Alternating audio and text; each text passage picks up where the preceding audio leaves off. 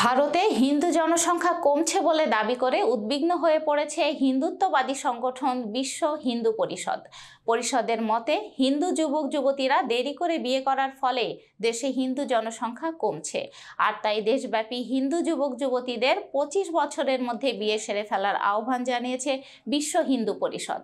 শুক্রবার পরিষদের কেন্দ্রীয় ট্রাস্টি বোর্ডের তরফে আয়োজিত শিবিরে যোগ দিয়েছেন বিভিন্ন দেশের প্রায় 300 ট্রাস্টি সদস্য এবং ভিএইচপি ইউনিটের প্রধানরা। বিস্তারিত দেখুন ডেস্ক রিপোর্টে।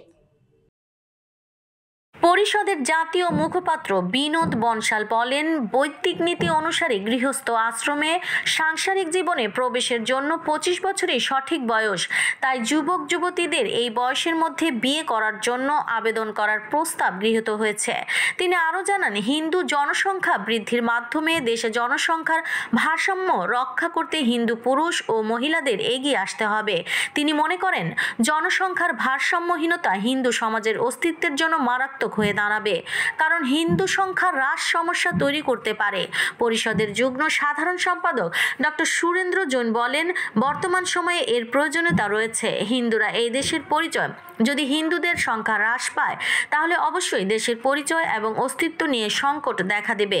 ডক্টর জৈন আরও দাবি করেন যে অনেক বৈজ্ঞানিক গবেষণায় প্রমাণিত হয়েছে যে শিশুদের সার্বিক বিকাশের জন্য প্রতিটি পরিবারে 2 বা 3টি শিশু থাকা প্রয়োজন।